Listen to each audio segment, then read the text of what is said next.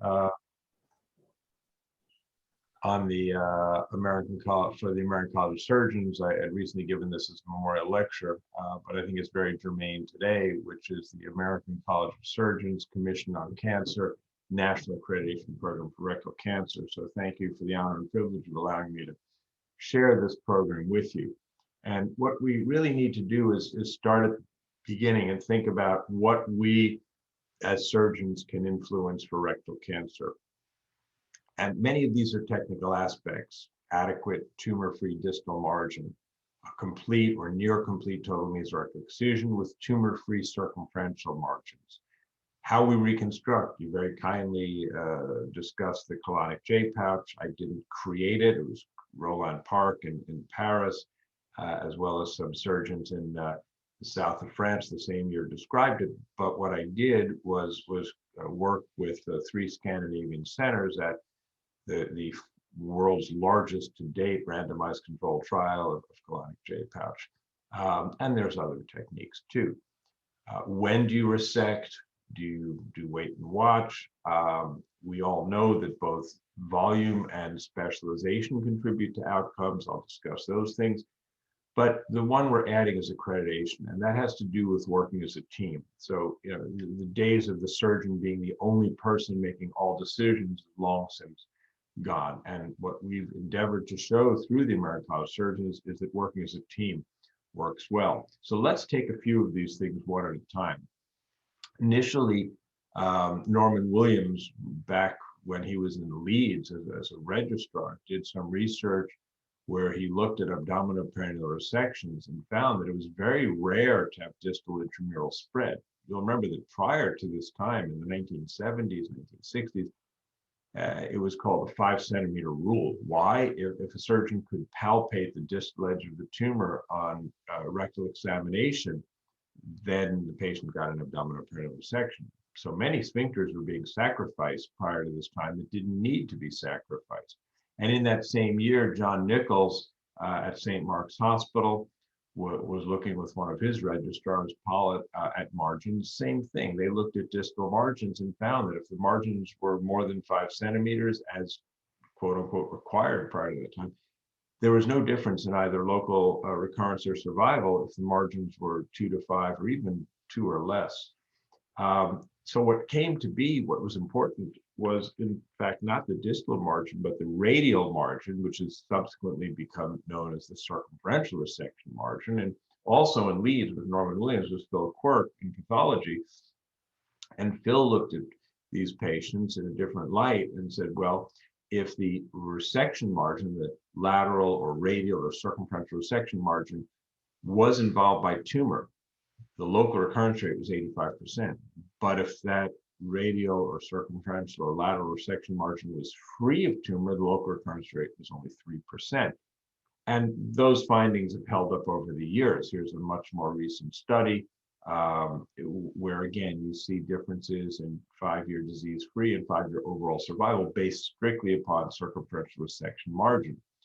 What has changed is our ability to predict that potentially positive margin in advance of surgery. And Gina Brown at the Royal Marsden, Imperial in London, has really made her career looking at preoperative, pre-therapeutic, I should say, analysis of the tumor to find out the status of the circumferential resection margin using a thin slice, high resolution rectal cancer protocol MRI, and finding excellent correlations. You can see here as you look at the tumor with the arrows, and here, and then you look at the pathology specimen, you find phenomenal correlation in the histopathologic specimen. So what that has allowed us to do is to make therapeutic decisions based upon the MRI, rather than doing that resection and finding the positive margin and then having to give post-operative radiation therapy and post-operative chemotherapy with all of the attendant potential adverse sequelae. We can know up front that this patient should have preoperative chemotherapy, preoperative radiation therapy, and in fact, in this day and age, total neoadjuvant therapy in many cases based upon the MRI.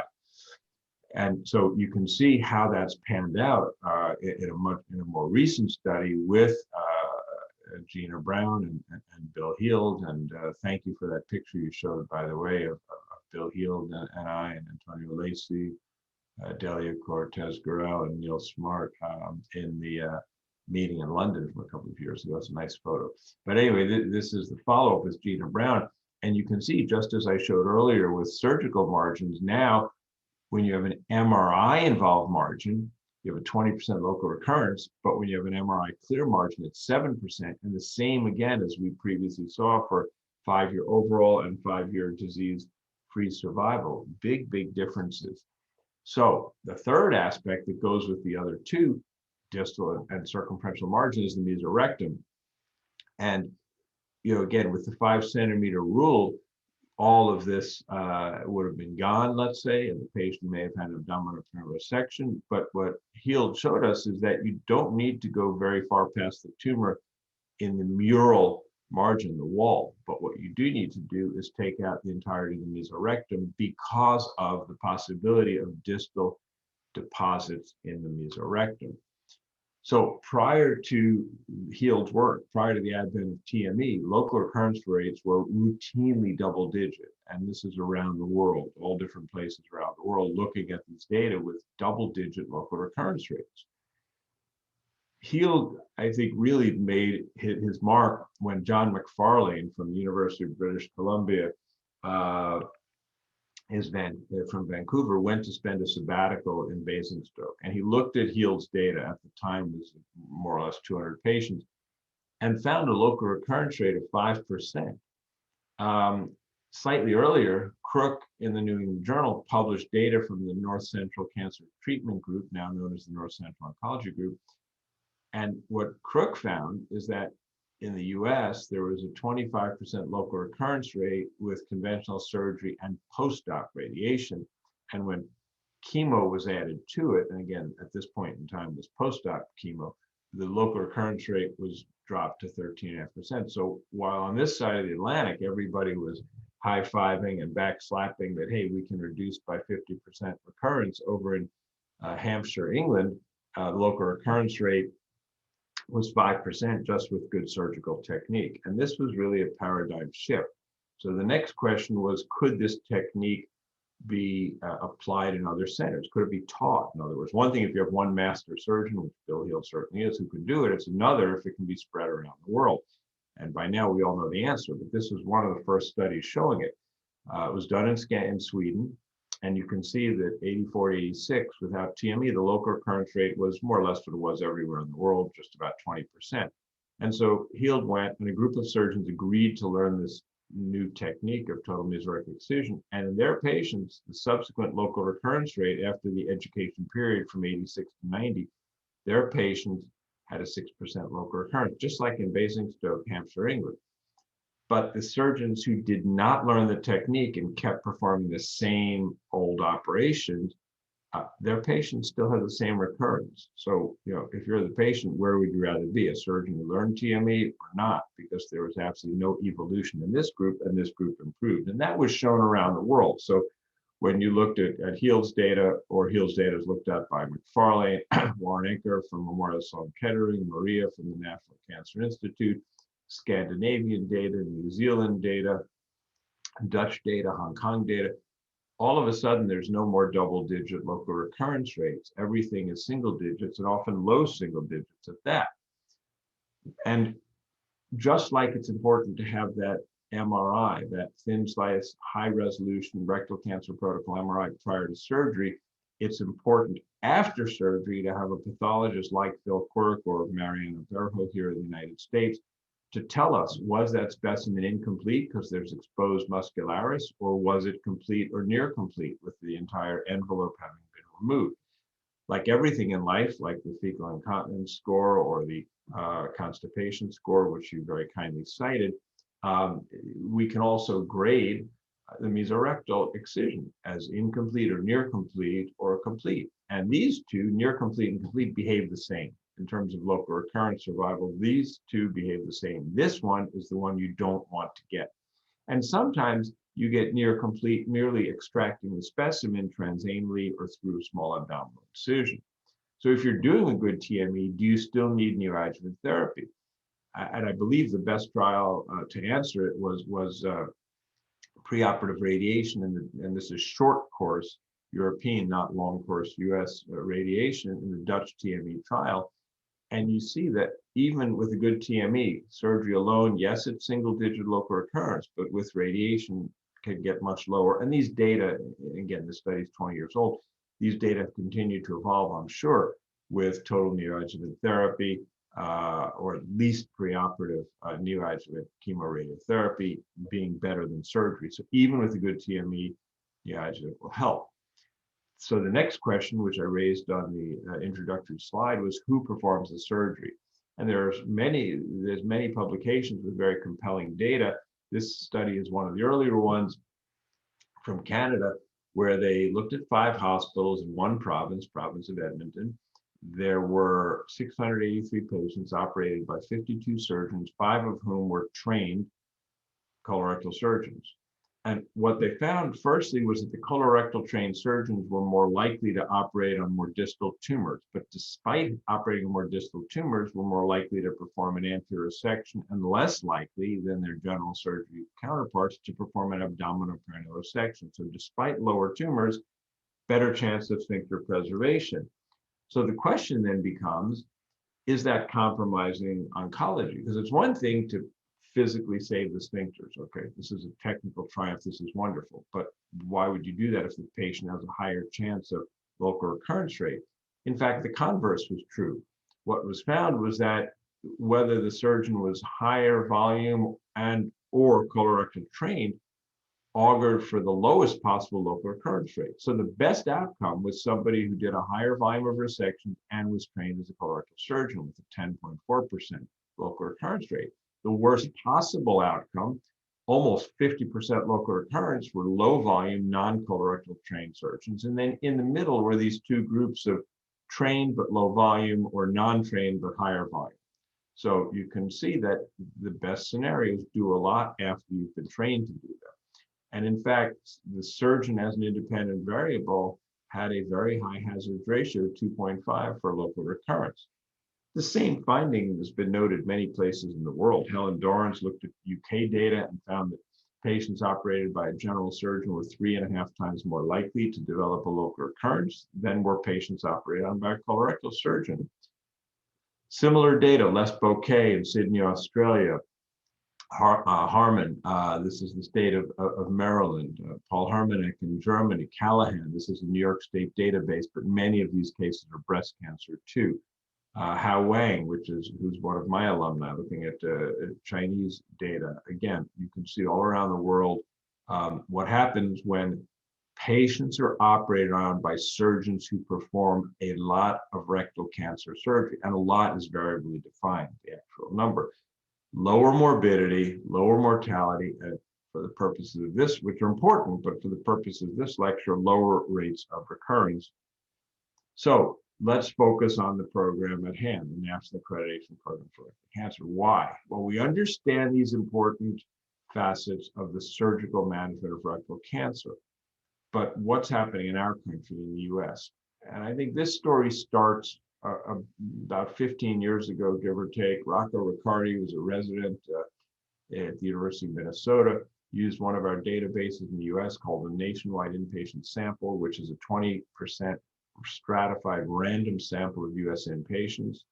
Rocco and colleagues looked at a 15-year period, and they found that most radical resections for rectal cancer in the US, so excluding transanal excisions, resulted in an abdominoperineal resection. Large number of patients, only 40% sphincter sparing. Now again, look at the time frame, but 60% colostomy. So that's number one, a problem. In a follow-on paper, when he finished training, Dr. Riccardi finished training and went to the Leahy Clinic, they did another study using different databases, the Agency for Healthcare Research and Quality, which is federal, and then one database in California, the Office of Statewide Health Planning and Development. And using these databases, they were able to look at county level data. So within the 50 states, they had 21 states in which they had, you can see the blow up here of Michigan, for example, which is up here. So the blow up of Michigan, but you could do the same for California, for Washington, for Oregon, for Florida, North and South Carolina, so on. And they found that only 20% of counties had colostomy rates less than 40%. And overall, again, the APR rate was 50%. So it's a more recent database study. It's not 88 to 2003 anymore. Now it's 2002 as the starting point. So you look at these counties and you say, well, in here, pick this one, for example, no colostomies, the 20% colostomy rate, only 2.2%.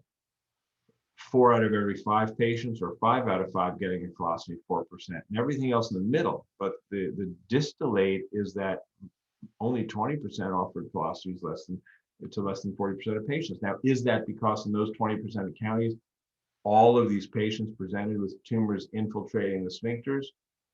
Highly improbable. More a problem with the surgeons. And what was found in yet another study from the same group was that the factors which predicted a patient undergoing sphincter sparing surgery was being operated on by a specialist surgeon. So the same point I made earlier, specialization helped. And there were other things they found: high stoma counties, more than 60% colostomy rate, mean of 71%. So if you've got a rectal cancer in 26% of counties in the US, you have a 7 in 10 chance of walking out with a permanent colostomy.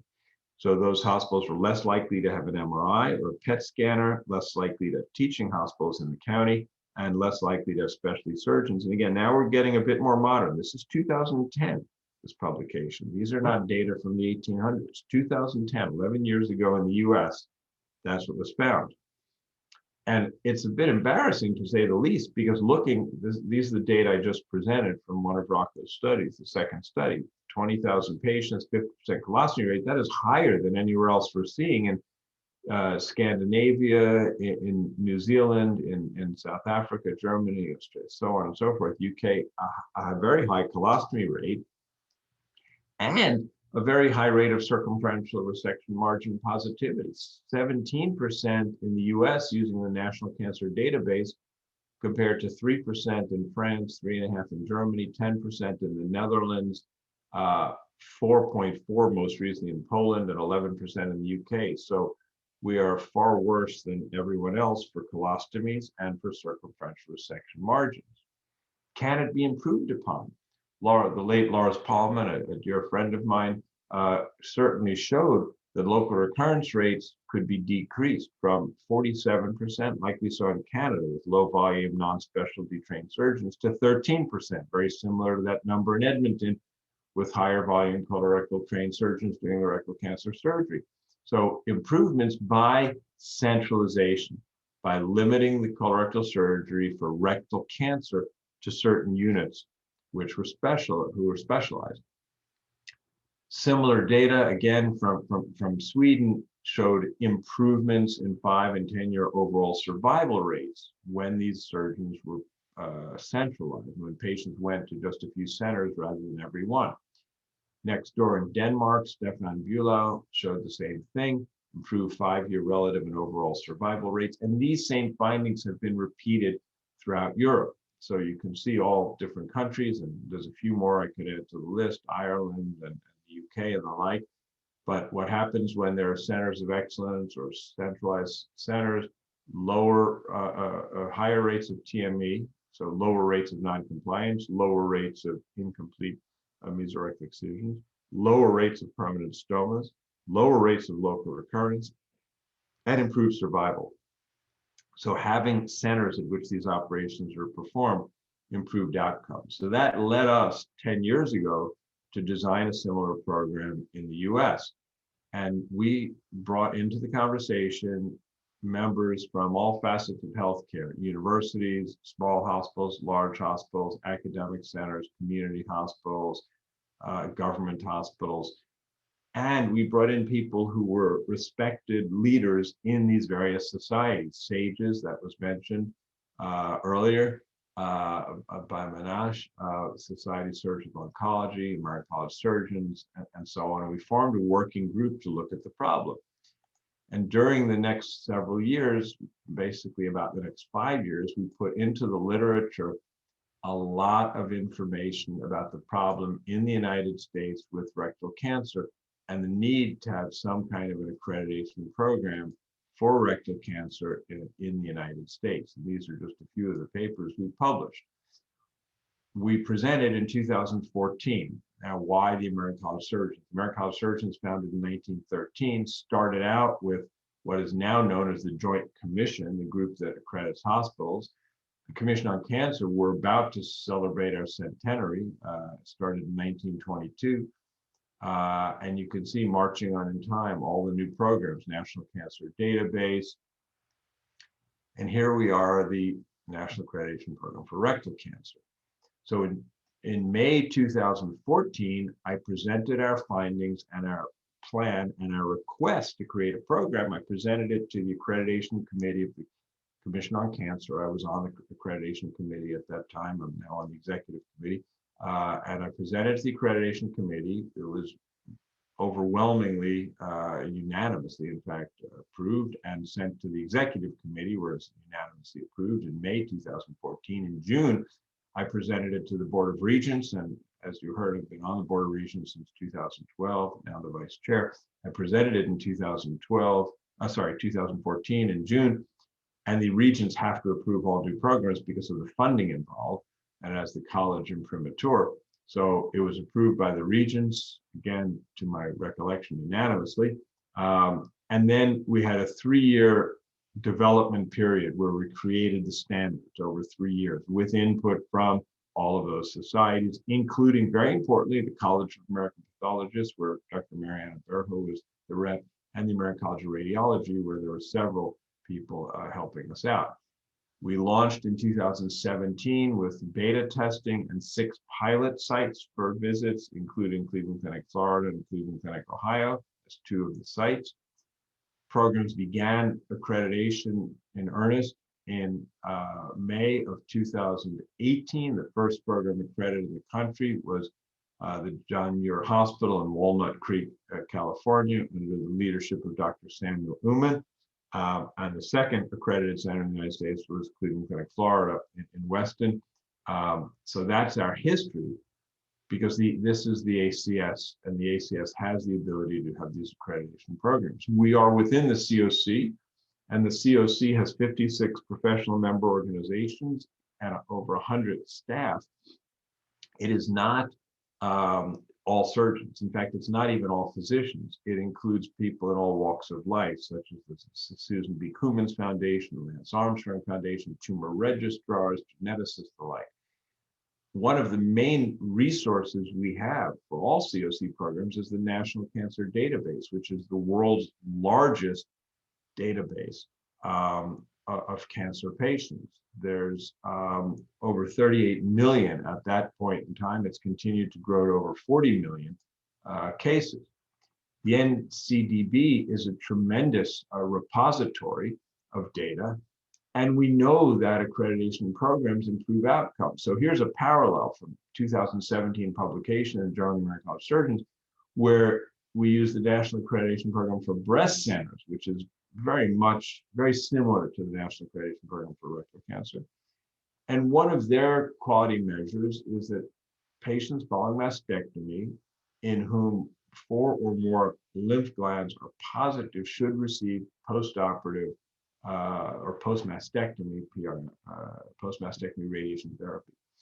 So this group of authors sought to look at compliance and how does NAPBC accreditation affect compliance. So the women operated on were either at an NABPC accredited center or COC only. So they got COC, but they didn't have NABPC, and they used the National Cancer Database. And what they found was that every single time point, the NABPC centers outperformed the COC centers. In fact, centers started offering improvements to their patients once they decided to get accredited. So in the year running into accreditation, they started to do better because they knew the data were going to be scrutinized, and it continued through all time points. So we know that these programs improve outcomes. And in fact, again, when one of our many papers in our run into this program, we looked at 31,000 patients using that same National Cancer Database. We found tremendous variations we found that unfortunately, the vast majority of patients, almost 24,000 patients, were treated in low volume or intermediate volume centers, and only 6,466 patients were treated in high volume centers, arbitrarily defined as more than 30 rectal cancers operated per year.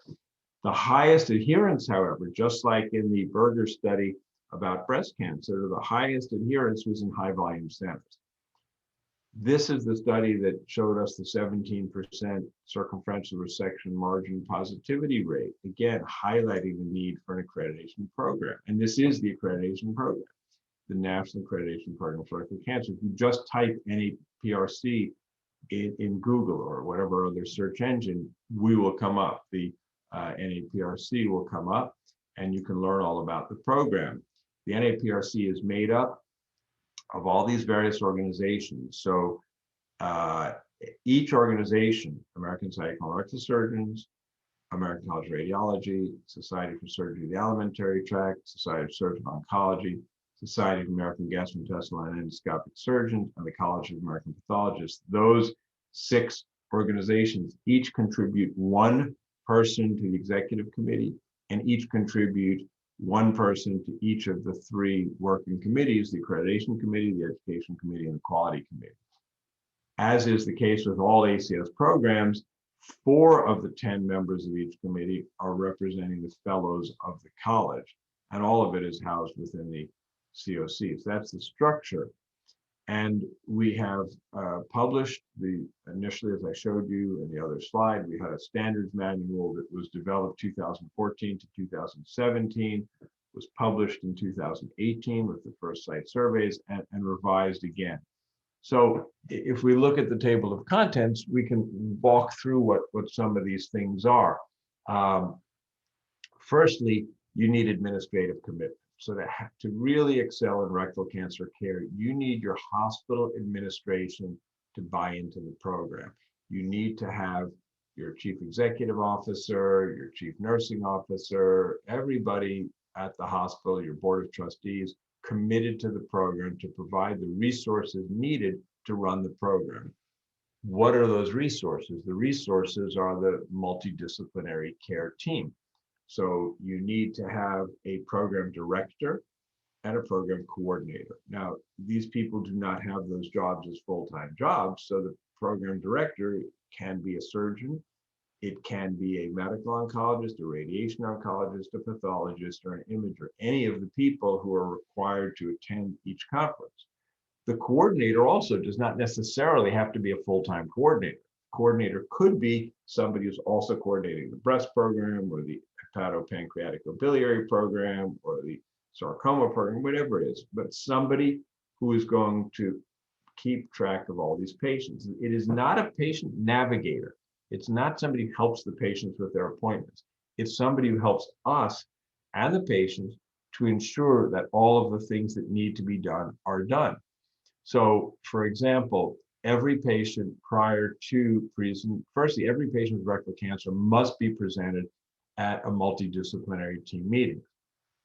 And at that meeting, we must have present at least 1 member of the rectal cancer specialty group from radiation oncology, from medical oncology, from radiology, and from pathology, as well as all of the surgeons who operate on rectal cancer.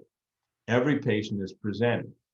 When they're presented, we need to be presenting initially a CEA level, a CAT scan of the chest, abdomen, and pelvis, a rectal cancer protocol, thin slice, synoptically reported MRI. We need to be showing any endoscopic photos, pathology slides. These things need to be discussed as a group. And the group again discusses after treatment. So let's say the treatment recommendation is neoadjuvant therapy. So the patient is restaged and presented a second time, or the patient's had surgery, like the specimens I showed you before. Then everything is presented again to discuss at multiple points in the patient journey what's going on with the patient. So the coordinator's job is to make sure the CEA was done, the CAT scan was done, that the images are uploaded for the MRI, that we have the endoscopic photos, that we have the slides from the biopsy. That's the job of the coordinator. and to make sure things are done in a timely fashion, that treatment is started within the stipulated time frame, and to make sure that the communication of the MDT deliberations and the consensus is sent to the treating physician in every case. As a baseline, the facility must be accredited by the Commission on Cancer. You cannot, unlike the National Accreditation Program for breast centers, you cannot be NAPRC accredited unless your institution is already COC accredited.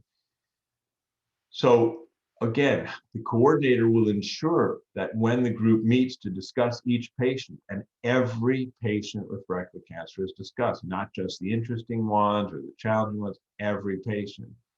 There are exceptions. If an institution treats more than 100 rectal cancers per year, that institution can define in its own policies and procedures how it decides which patients are presented, but a minimum of 100 patients must be presented.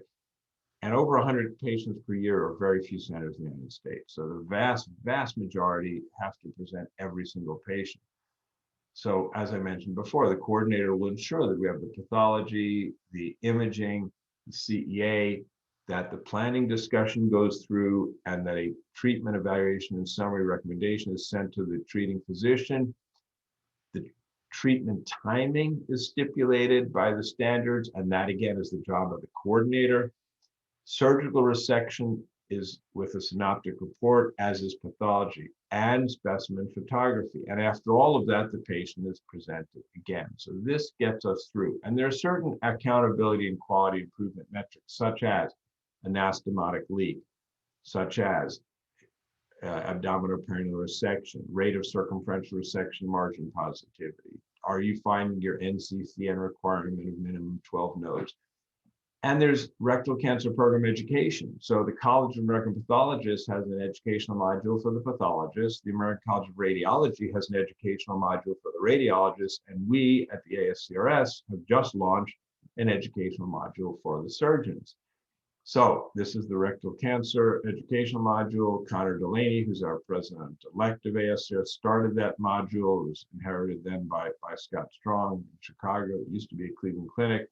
The College of American Pathologists, reporting by Mariana Berho, and Judith Yee was responsible for the American College of Radiology. So we all have to do these educational modules. We stage the patient, as mentioned, and that MRI has to be a Gina Brown or Ontario Comprehensive Cancer Care type of protocol, all of which is noted in the NAPRC website, looking at all of these important variables so that we can decide how to best treat the patient. And it has to be reported in a synoptic format. The synoptic format is key. I'll come to that in a moment, including surgery. And the proctectomies have to be performed by a surgeon who's an MDT member. So it does no good if you're an NAPRC accredited center and most of the rectal cancers are being performed by surgeons who don't participate in the process. Why synoptic reports? There's lots of examples, but this is one that I like. This is in Alberta, Canada. And when surgeons did their standard free text narrative report, they captured 46% of the information which we'd like about what level did you ligate, did you take the flexure, did you perform a TME, what level is the anastomosis, and so on and so forth. But when a web synoptic medical report was used, that compliance went to 99%. So the synoptic report we use for NAPRC was designed by Dr. Arden Morris at Stanford. And these are all click-through elements. So you can very rapidly go through this report and put down exactly what you did. And then you can have a narrative, or you can do a free text dictation to accompany the narrative. But this is the key. The pathology reports have to be completed within 2 weeks. And again, using synoptic reporting as stipulated and required by the College of American Pathologists. So, sorry, I don't know what just happened there. The thing, again, just like I showed for the surgery reports, when you have a free text report, that's very strange. When you have a free text report, the pathologist captured 90% of the relationship to the reflection, 76% on the intactness of the mesorectum, 76% on the distance to the CRM. So we're keenly interested in these things. And when a synoptic report was used, it went to 100%. I don't know what that is or why it's there. I apologize. Thank you. Bizarre. Now, in terms of who reports the TME, so you saw the pathologist can do it in 100 with a synoptic report. It's done in 100% of cases. But does it matter if the surgeon does it or the pathologist? So looking at the Occam trial, the German TME trial, it's very interesting. There was concordance between the surgeon's view of his or her TME as complete, near complete, incomplete, with the pathologist's view in 86.4%. But when there were differences, it was the pathologist's view that mattered. So the surgeon failed to have significant correlation. The surgeon's view of his or her work did not really correlate with local recurrence or overall survival, but the pathologist did. So if the surgeon said it's complete, it didn't mean as much as if the pathologist said. And that's important. And you can see it graphically labeled here, the cumulative incidence of distant recurrence, as you'd expect. And as I said earlier, you have complete and near complete act the same as we expect, both here for disease-free survival and here for local recurrence. But when you have the incomplete TME as judged by the pathologist, there's a problem with survival and with recurrence. So we find the same with operative reports. And using Arden Morris's report in the state of Michigan, 110 operative reports were reviewed. When the narrative report was utilized, they found that 39% of the data were captured. 39% of the reports had the data fields we need for NAPRC and NCDB, but a synoptic template got it up to 92%. So again, huge improvements. Photography proved that the total mesorectal excision specimen was complete or near complete or incomplete. How? By photography by surgeon or pathologist, but documenting all the views. And we then show these specimens at our conference. So on the big screen in the auditorium, or in this day and age, on our individual screens during virtual conferences, we have the pathologist, and Dr. Berho put these up, and it really is a great driver for the surgeon for quality, because you know your specimen is going to be shown on a huge screen in front of all your colleagues, including perhaps referring physicians, your residents, your fellows, your medical students, everybody. And you want to do a good job because you know it's going to be shown, and that ultimately helps the patient having these demonstrations. The bread loaf section is incredibly important. This is one, again, where one of our patients on MRI was found to have the tumor invading the posterior prostate. And once the bread loaf was done, this specimen, by the way, was a transanal total mesorectal excision with an en bloc prostatectomy. And there was perfect correlation with the radiograph. Here's another one where you can see extramural vascular invasion here. And you can see it here. So fantastic correlation between what we produce in radiology and what Dr. Berho finds for us in the specimen. So the team discusses what happened. We go over the pathology report, we go over the bread loaf, we go over the gross photographs, and any additional recommendations are made and communicated to the treating physician. As I mentioned earlier, there's many of these accountability rates that we're going to be looking at with the NCDB. It can be done quickly. These data from Ara Darzi showed that in a UK MDT for about an hour and 16 minutes, they were able to get through 24 patients with 16 people participating in the conversation, taking about 3 minutes per case. At a study from Cleveland Clinic, Ohio, and none of these people participated in the development of the NAPRC, so it's not a vested interest, as it were. They looked at 408 cases, and the way this study worked is that the surgeon who'd first met the patient was asked at the beginning of the conference, what is your plan? Is it direct surgery? Is it neoadjuvant? Is it, in those days, probably not total neoadjuvant, but is it transanal excision, radical resection, whatever? What is your plan for the patient? And then after discussion, the authors saw what was the plan. And they found that the surgeon's plan changed in 26% of cases based upon the wisdom of the crowd, based upon that multidisciplinary conference, and that these changes were just as likely to occur in junior surgeons, mid-career, or more senior surgeons. So it's not that, you know, us guys with white and gray hair it didn't have our minds changed. The wisdom of the crowd was powerful at all stages, which benefits the patient by saying, you know, let's change the sequence. Let's give the neoadjuvant front rather than doing it as adjuvant later. Or, you know, let's take a look at something else. Maybe we need a PET scan in this case, or maybe do an exam under anesthesia. So this study found that the NAPRC was a very, very valuable resource. Are hospitals in the United States ready for it? One study that we published looked at at surveys of institutions who said that they would be interested in this program. And we found that the mean number of standards with which the programs were compliant was 10. And only in 4 centers, or 3% of centers, was there compliance with every single one of those standards that I just reviewed with you. And like we've seen throughout this lecture, high volume centers were the ones most likely to be compliant. So that's what people said they were doing by a voluntary questionnaire with a 42% response rate. But here's what people actually were doing using the National Cancer Database. And using the NCDB, we want to look at the process measures and at the performance measures. And what we found here was that all of the process measures were achieved in only 28% of patients in the NCDB. So this is no longer a questionnaire with a best guess. These are real hard data. And when we looked at the performance measures, 56% of them were achieved. So there's definitely room for improvement in the US. But now that the program's in place, we think improvement will certainly occur. This is a retrospective study, again, a group who did not participate in NAPRC creation. And what they found was that local staging was omitted in 18% of patients. There was no MRI, for example.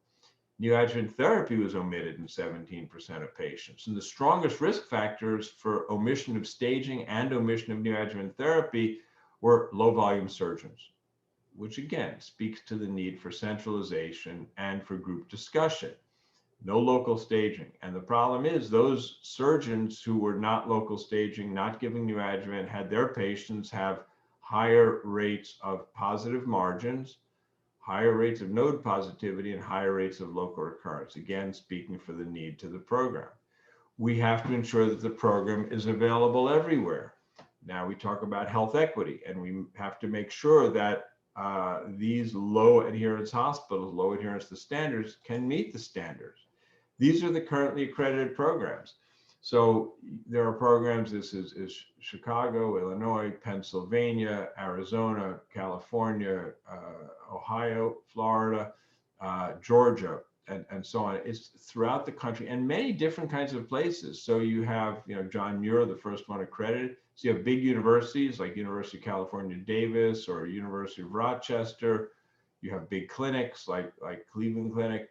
And you have small hospitals, for-profit hospitals, all different kinds of hospitals. We have another approximately 40 programs that have either been visited or soon will be visited. And then we have 27 programs more that are in various stages of application. So it is estimated that sometime during 2022, we would hopefully hit about 60 or 70 accredited programs. When we first set out to create this program, we queried all of the Commission on Cancer programs, and there's about 1,500 in the country, caring for about 70% of all new cancers diagnosed each year in the US. We queried those 1,500 programs, and about 200 said that they would be interested in rectal cancer accreditation.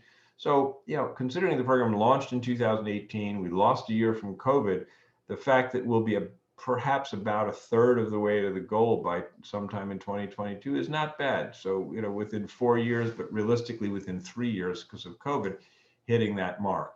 So I've tried to leave a little bit of time for questions. I see I've got a few minutes left at the end, but I'm very excited by this program. We are going to improve outcomes for rectal cancer care in the United States. And, you're in India, you've got your hands full with COVID. I certainly hope the situation improves. You guys are in my thoughts every day. It's horrible what's been going on there. But once it's behind you, having a program like this, even if it's not a national accreditation program, but just following the standard. So on a local level saying, I'm going to follow these standards at my hospital. We're going to do these things. No, we're not accredited, although I would like to say that the NAPRC and overall COC programs, hopefully now that we know how to do virtual site visits, hopefully will roll out on an international level. But until that time, at least just adhering to these standards yourself will be very helpful to improve outcomes in your patients. So I'd like to thank you, and certainly available, Manash, to answer any questions. Thank you, Stephen. As usual, it was an excellent and enlightening talk that you have given a thorough, broad outline of things that the standardization that you have all been taking up in this procedure. But I was really worried that you, at one point, you told the CRM positivity is around 17% in US. Why is it so? Why is it so high? I think because people have not been following these protocols. There's several reasons. Number one, the vast majority of patients in the United States with rectal cancer are operated on by general surgeons. There's nothing wrong with general surgeons operating, but it should be a general surgeon with a focus on rectal cancer surgery. It should not be a general surgeon who does 1 or 2 or 3 rectal cancers a year, because they're not going to have that focus on how to do the operation, which includes not just technically performing the operation, but making sure you get that high quality, high resolution MRI prior to surgery and seeing if the patient needs neoadjuvant to decrease the possibility of a CRM positive margin. And we saw that the study that I showed from SWORD, from Intermountain in Utah. And basically what they saw is that 17% of patients didn't get staged pre-op. I mean, it can be right there, the fact you're not even staging patients, and then you go and have a positive margin. So it's education and it's a focus. Just like the surgeon has to do a lot of these, you need a radiologist who is trained in the NAPRC the American College of Radiology module, which is a wonderful, wonderful module at how to read MRIs on patients with rectal cancer, to put those results in the Synoptic Report, to communicate them with the surgeon. So it can be improved upon. There's no doubt. 17% is nothing to be proud of, but I think we know the reason why. So I think it's the surgeon variability, which is in fact more important than anything else. I think that's probably more important. In your view, it is the more factor which is actually creating all these rising trends. Well, you need a champion in each hospital. Very often it's the surgeon. Very often it's the surgeon who's the driving force, wanting to improve care of the patients, but it doesn't have to be. I mean, locally here, I chair our NAPRC, and our vice chair used to be, until recently, Dr. Mariana Bernhoy, the pathologist, but is now Dr. Arun Nagarajan, who's from Tamil Nadu state, and Arun is a tremendous advocate for this program. He's a medical oncologist. He's not a surgeon. So it could be different people. One of our radiologists, Albert Parlate, went to spend time with Gina Brown to learn how to do this. I mean, so it can be other people. The surgeon is clearly a fundamental linchpin, if you will, but not the exclusive. And that's the point of the MDT. It's a team effort. You need the radiologist committed to produce and interpret a high quality study. You need the pathologist who's committed to look at that specimen, to bread loaf that specimen, to give us the data about tumor budding, extramural vascular invasion, margin. You need the medical and radiation oncologist to decide who gets neoadjuvant therapy, who gets total neoadjuvant. So it's a teamwork. Yeah, I got it. In fact, what's that? You must be seeing that trend moving towards more younger people suffering from cancer rectum than the elderly. I mean, what's the reason you feel like? That's a complex question. It's an excellent point. We definitely are seeing more and more young people with rectal cancer and colon cancer. It's probably a combination of a genetic drift and combined with environmental and diet. I mean, the Western diet is terrible for many people. People are starting to catch on, but people having processed beef all of the time with nitrates, they're carcinogenic. People tend not to have much fiber. I mean, the diet in India, the traditional diet is much healthier than when you start getting a Western diet. And that's why you go back to the data of briquette from Africa. And that's why high fiber diets tend to be protective. That's a part of it. It'll be interesting to see now that people are more health conscious and there's many more people being vegetarian or pescatarian or vegan in the US, what that will do to the incidence. But the other part, of course, is screening. That, you know, many of these cancers could have been removed as polyps, but because they're not symptomatic and people are younger, they don't get screened. So the other thing we have to do is make people aware that if there's any reason to do a screening, do it. Particularly if somebody comes with bleeding, you know, a young person has a bit of bleeding, it's described as hemorrhoids, right? And always, you know, and nobody looks. And by the time the patient comes to you, it's a large tumor and they've been treated for their hemorrhoids. So that's not screening per se, that's, you know, evaluating symptoms, but paying attention. Just because the patient is 30 or 35 doesn't mean they can't have a rectal cancer. I mean, Steven, you really appreciate Indian diet. In that way, it's much better than the US diet. Good. Oh, tastes much better too. The only part, you know, that the only part I don't like about these Zoom meetings, you know, is I don't get to be there enjoying the cuisine and the friendship. Next time you come to India, you'll be again cherishing all the spicy food, and that will be really interesting. Absolutely. So let's take up some questions from the chat box. There is a question on, let me go on. Any experience of intersphincteric resection and transanal TME? Oh, absolutely. Sure. We'll do that. I mean, I would caution, I mean, firstly, I'm very fortunate. I brought Dana Sands, who I'd initially sent to work with Gerhard Buess, one of our faculty, and I'd sent her to work with Gerhard Buess learning transanal endoscopic surgery many years ago. She developed tremendous expertise, and I then brought her to Antonio Lacey probably 6 years ago to learn TME, and she's one of the leaders in the US, in fact, in the world. So I'm very fortunate to have her, and she can perform the operation, and she does an interesting toric resection. Question is, what are the patient's expectations? Because I you know, with all deference to my friends in France, Eric Roulet and his colleagues who do a lot of interesting torics, patients don't have great bowel control after. So on top of a low anterior section syndrome, they often may have incontinence. So, you know, technically you can do it, but you have to be sure the patient really understands what they're getting into. They're not going to have great bowel control. They're going to have urgency, frequency, and accidents after most interesting torics. Now, having said that, some patients would prefer that. And I have patients who've had a total interesting toric and they wear some kind of protective pad, but they're happier than having a stoma. Okay, fine. But other patients like, no, I don't want to be you know, on an airplane having an accident. I'd rather have a stoma. And so you need to have that conversation. But technically, yes, it can be done. So how do you see actually the transanal TME replacing traditional TME? No, not at all, because it's very complex. There's a high learning curve. There's a high local recurrence rate if it's not done properly. With very few exceptions, it requires 2 teams, which is more resources. The only person I know who's really developed a large single surgeon experience is Antonio Quesido Marula in Ontario. Pleasure of mentoring and sponsoring him for many things. He's great, but that's an exception. Most of it is 2 teams, so you need the resources there. And it's a steep learning curve, which requires a high volume of rectal cancers to do it. So I don't think so. I think that it's going to, you know, TME is still here, but if you have the opportunity to have TME, it's great. Okay. I think Dr. Rudra, my younger brother, who does a lot of rectal cancer surgery laparoscopically. I just, Rudra, you can unmute yourself.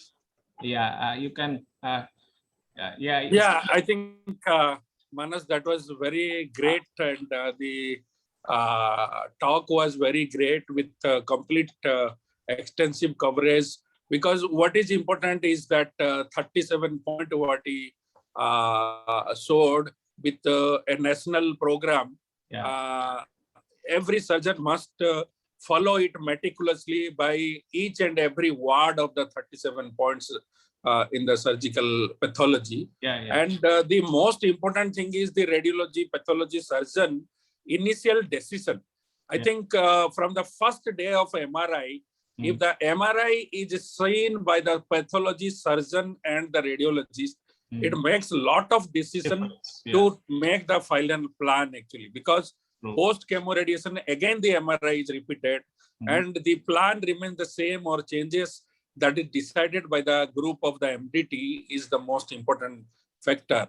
So as Steven showed, that most important point that why the CRM was 17%, I think rather than the technique, what I feel is the omission of the anti-stage in the beginning by the assessment, there where it comes actually, because if the surgeon takes the single decision, lot of anti-stages are missed.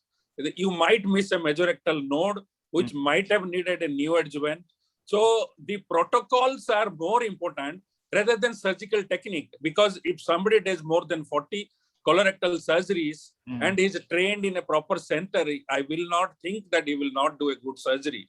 But the only important is decision making in the anti-staging that happens initially in the MDT, where if the MDT doesn't happen, surgeon takes independent decision, he misses a lot of anti-staging in the cases. So which later on gives poor results in terms of CRM, especially in low rectal tumor. So Steven, what's your point? Because I don't think that specific surgical technique needs to be blamed, but it is the MDT decision regarding the anti-staging needs to be more to be blamed in the poor outcome. Yeah, it is definitely a team effort that I think you're right. You have to have a good quality MRI and a good dedicated radiologist to interpret that MRI with you, and good quality dedicated medical and radiation oncologist to give the neoadjuvant when appropriate. 100%, very important. But then when it is your turn to do surgery, you've got to do a good job as well. Okay, thank you, Rudra. Let me move on to other questions. There is a question from Dr. Bhushan that to use a pre-NACT RT margins for surgery or post-NACT RT CT margins.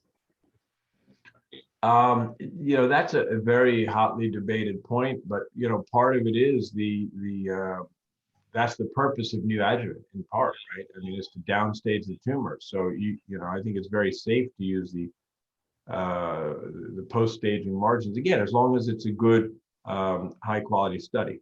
That's why, again, it's so critically important to have a high quality study. But yes, if it's high quality study, you should be able to. Otherwise, there's in a way no point of giving the neoadjuvant. Absolutely. What percentage of your cases, Steven, you take up for upfront surgery? Open surgery? Upfront surgery. I mean, without neoadjuvant, you take. I would say the minority, because most people present with threatened margin node positive lesions, and so in most cases we do neoadjuvant. It's certainly a minority who would go straight to surgery. That's a nature of the referral practice, that people get sent in because they have an advanced lesion, and often a very distal lesion as well, and they're trying to avoid abdominal perineal excision. Okay, and what gap you leave after the neoadjuvant? So, well, that's elongated over the years. It used to be 6 weeks, now it's 12 to 16. And often it's total neoadjuvant. So it may be 6 months from initial diagnosis to surgery easily, because they're going to get chemo and chemo RT. So what's your take if after neoadjuvant you find the tumor has resolved and things have improved? Then how do you plan further? If you're asking about like wait and watch, if the patient is within our protocol, which is a very highly regulated protocol for wait and watch, we will offer that. Having said that, we also, and roughly a third of patients do have a complete response in our hands, roughly a third. But we also know that a third of patients with complete mucosal response, and we've published this fact, a third of the patients with complete mucosal response do have deposits in the mesorectum. So we've got to be very careful to whom we offer it. I mean, it has to be very carefully chosen. In fact, just that the tumor has resolved doesn't mean that the mesorectum is all free. I mean, it's a very tricky situation there. I think you agree with me. Yeah. Okay. Right. Yeah. So take up another question. Do you perform inguinal dissections for low rectal cancers in case nodes are FNA positive, or do you go for NACT or skip the dissection in case nodes respond completely? No, if there were nodes, we would absolutely do total neoadjuvant therapy and expect the nodes to resolve as they tend to. Okay. There is the protocol for lung only mets same as liver only mets in low rectal cancer for you? What kind of protocol? I'm not sure. Dr. Phanindra, could I just unmute you and you can. Dr. Phanindra, if you are there, please unmute. What protocol actually you want to know?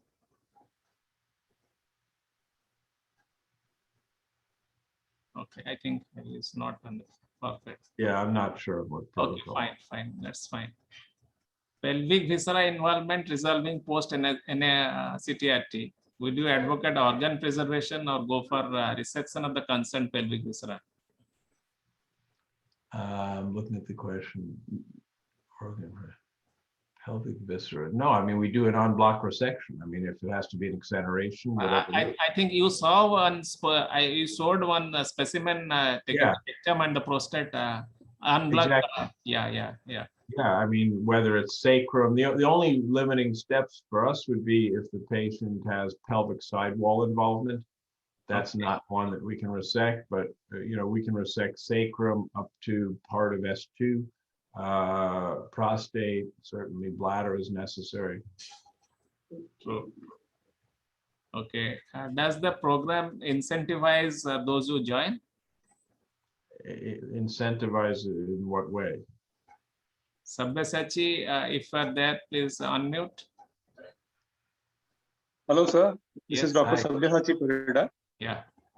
So, why would somebody want to join a program that is so strict and evaluates them at every step? So, if there is some kind of incentive, like for training of juniors in terms of some equipment that may be provided, so somebody may be more interested to join. No, the incentive to join is to be able to offer the best possible care for patients with rectal cancer, and to know that you have this accreditation and your patients know and your referring physicians know that you're living up to the highest possible benchmark and standard to be able to offer the best possible outcomes. That's the incentive, which in this country is a very powerful incentive for many things. We have, starting with the Joint Commission for your hospital, to Commission on Cancer, to the Committee on Trauma, COT accredited programs, to bariatrics for accreditation by the MBS QIP, Metabolic and Bariatric Surgical Quality Improvement Program. It's and not just in the surgical disciplines. We have accredited stroke centers. We have accredited centers for many, many things, all of which have the common endpoint of your patients, your community, your referring doctors, knowing that by your meeting all of these standards, you're offering the best possible care. That's the incentive. Got it, sir. Thank you, sir. Thank you, Sabyasachi. You can mute. Okay.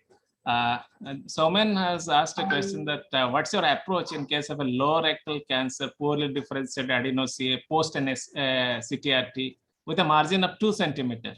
So do you prefer a ultra low LAR or APR? I mean, what's your approach?